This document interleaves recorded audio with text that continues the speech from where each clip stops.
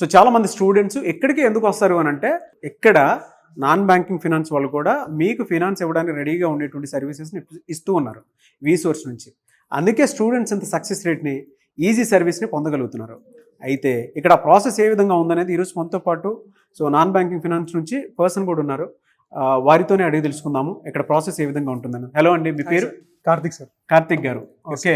So ఏ institute అనేది, అంటే non banking? మాది ఎన్బిఎఫ్సి సార్, ఆక్సిలో నుంచి నేను వర్క్ చేస్తున్నాను సార్. ఓకే. ఎలా అండి, అంటే స్టూడెంట్స్కి ఎలాంటి సర్వీసెస్ ఇస్తారు మీరు వీసోర్స్ నుంచి?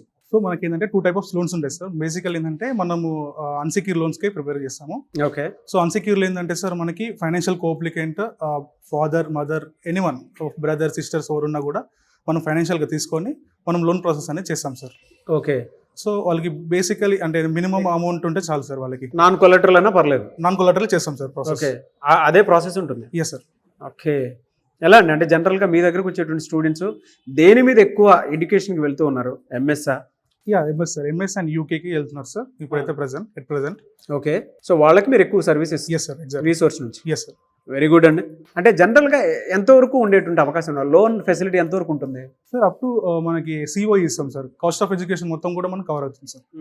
ఈవెన్ 1 year అయినా కూడా మనం ప్రాసెస్ చేస్తాం సార్. 1 year అయినా ప్రాసెస్? ఎస్. Very good.